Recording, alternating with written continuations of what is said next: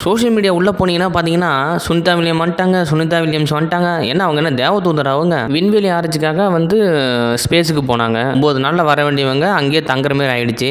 9 மாதம் சென்று வந்துட்டாங்க, கூட்டு வந்துட்டாங்க. ஓகே. இதில என்ன அவங்க வந்து நாட்டுக்கு நம்ம இந்திய நாட்டுக்கு எதாவது சேவை பண்ணாங்களா? இல்ல இந்திய நாட்டுக்காக போயிட்டு வந்து பார்த்துட்டு நம்ம ஆராய்ச்சிகள வந்து செஞ்சுட்டு வந்தாங்களான்னு தெரியல.